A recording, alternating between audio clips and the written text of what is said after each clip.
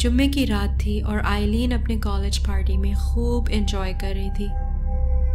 तकरीबन 11:30 बजे पार्टी से फारिग होके आइलीन ने अपनी रूममेट लीसा से कांटेक्ट करने की कोशिश की, मगर वो उसका फ़ोन ही नहीं उठा रही थी। हेलो यार, मैंने कुछ 20 दफ़ा तुम्हारा नंबर ट्राई किया, अब जाके तुमने फ़ोन उठाया है। प्लीज़ मुझे लेने आ जाओ। तुमने टाइम देखा है? इतनी रात हो चुकी है। तुमने कहा था कि 9 बजे तक फारिग हो जाओगी। मैं तुम्हारी कॉल का इंतज़ार कर करके सो गई। सॉरी, टाइम का अंदाज़ा ही नहीं हुआ। अब आ जाओ ना। रात के 12 बजने वाले हैं। मैं अब इतनी रात को ड्राइव नहीं करूँगी। सुनो, बस स्टॉप से 12 बजे की बस नॉर्मन स्ट्रीट जाती है। अगर जल्दी जाओ तो टाइम पे पहुँच सकती हो। मैं सो रही हूँ, मुझे कल सुबह जल्दी उठना है। बाय। Oh damn. जब लीसा ने आइलीन को पिक करने से मना कर दिया तो आइलीन गुस्से से बस स्टॉप की तरफ चलना शुरू हो गई। रात के इस पहर बस स्टॉप तक अकेले जाते हुए आइलीन को थोड़ा सा खौफ सा महसूस हो रहा था, क्योंकि उसने इस इलाके के बारे में अजीब व गरीब से वाक़यात सुने हुए थे और इस वक्त तो सब कहानियाँ उसके दिमाग में बार बार घूम रही थी। खैर, उसको बस स्टॉप तक पहुँचने में ज़्यादा वक्त नहीं लगा, क्योंकि वो बहुत तेज़ तेज़ वॉक कर रही थी। जब वो बस स्टॉप के पास पहुँची तो जल्दी से बस टाइम टेबल को देखने लगी और नॉर्मन स्ट्रीट के लिए 12 बजे की बस का टाइम देख के उसको सुकून आ गया। 12 बजने में अभी भी 2 मिनट बाकी थे। आइलीन ने आसपास देखा तो उसके अलावा और कोई भी बस स्टॉप पे बस का वेट नहीं कर रहा था।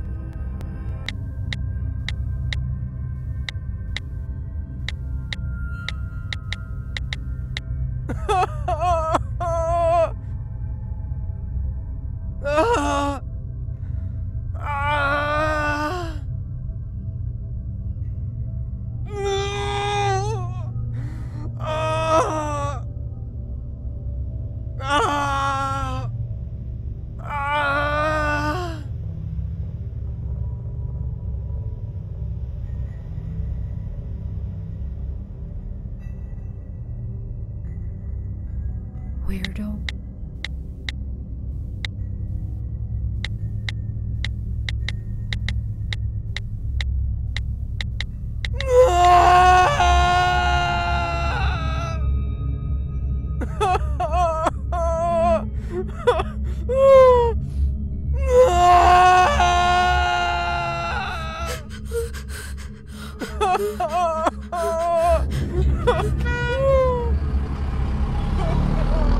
बस के रुकते ही वो 1 सेकंड भी ज़ाया के बगैर बस में बैठ गई।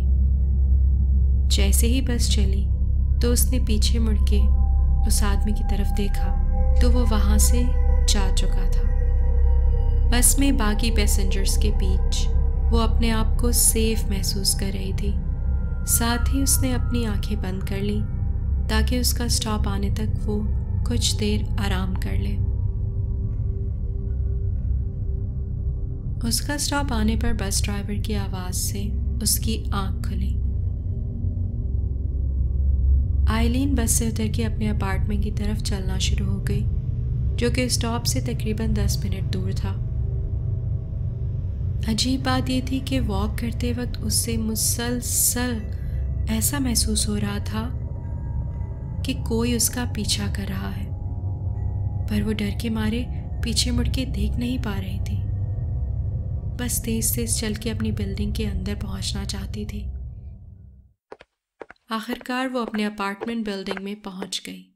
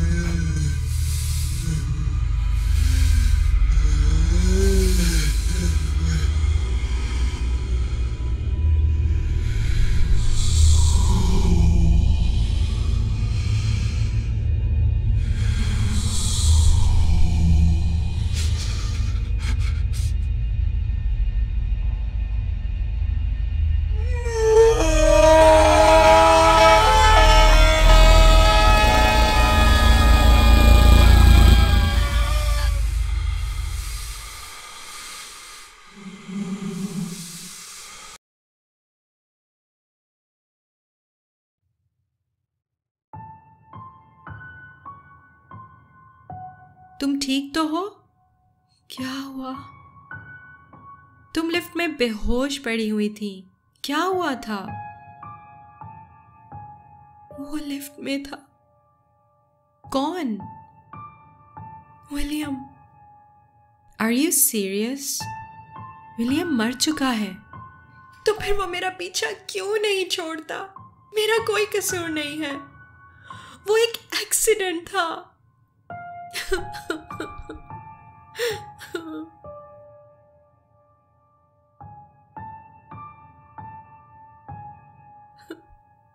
विलियम एक खामोश तबीयत का सीधा साधा अच्छे दिल का लड़का था जो आइलीन से बेपनाह प्यार करता था।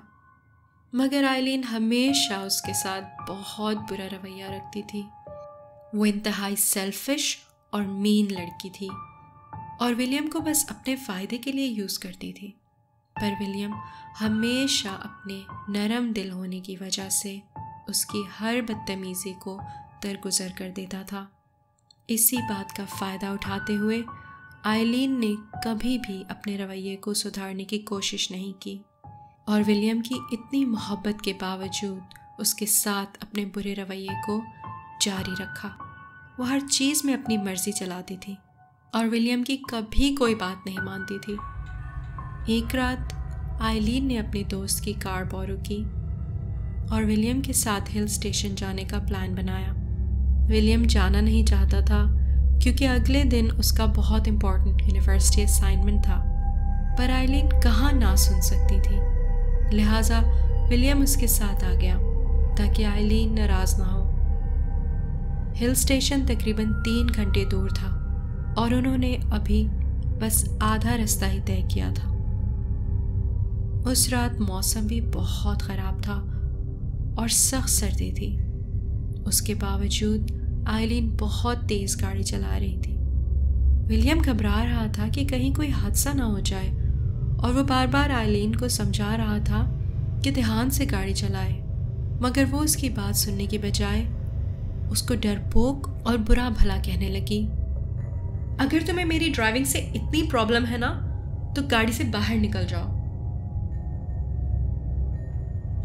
वो उसी तरह तेज़ स्पीड में गाड़ी चलाई जा रही थी।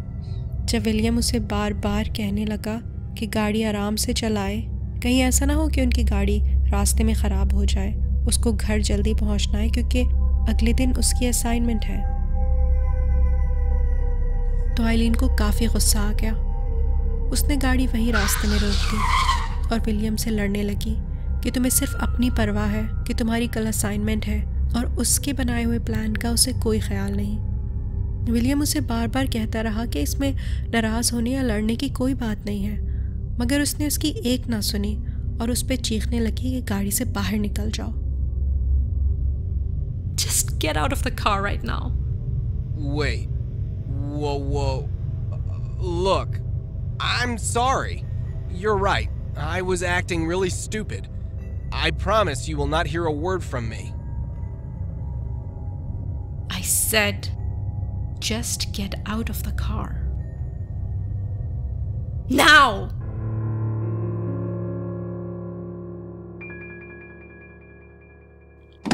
विलियम गाड़ी से बाहर तो निकल आया, लेकिन सर्दी से उसका बुरा हाल हो रहा था। At least now I won't have to hear you complaining. Please, babe, let me in. It's freezing out here. How am I supposed to get home? Not my problem.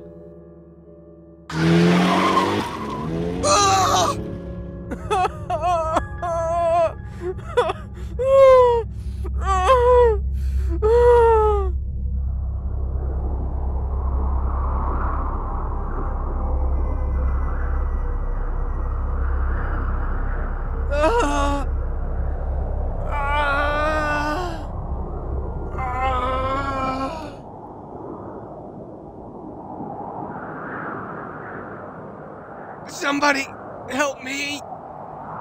I'm gonna die here. Somebody, please help me. Somebody help me. Somebody, please help me.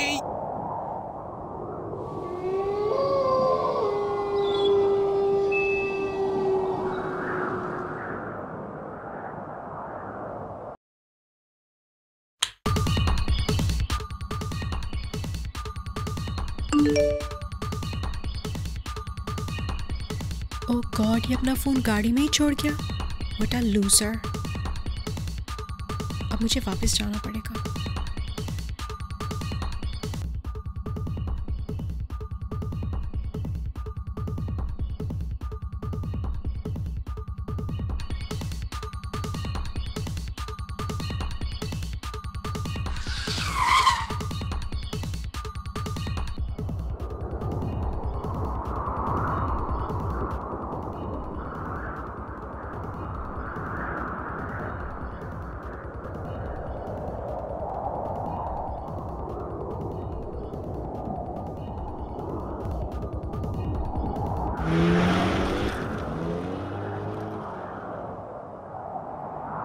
William की dead body किसी को नहीं मिली और ना ही आइलीन ने सच्चाई कभी भी किसी को बताई।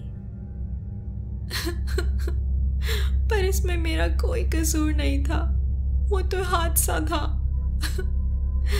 पर वो मेरा पीछा नहीं छोड़ता, वो कभी मेरा पीछा नहीं छोड़ता। आइलीन, मैं सेम बात रिपीट कर करके थक गई हूँ। विलियम मर चुका है, ये सब तुम्हारा वहम है। देखो बहुत रात हो गई है, मुझे सुबह जॉब के लिए जल्दी उठना है। प्लीज़ तुम भी सोने की कोशिश करो।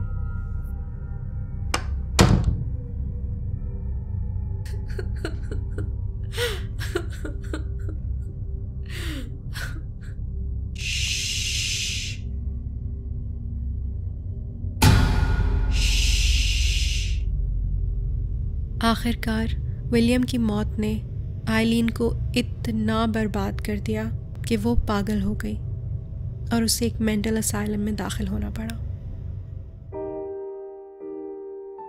आई होप ये स्टोरी आपको पसंद आई होगी। Please let me know in the comments below. Thank you so much for all those subscribers who like and share my videos. अगर आप ये स्टोरी इंग्लिश में सुनना चाहते हैं तो उसका लिंक डिस्क्रिप्शन में भी है और वीडियो के एंड में भी।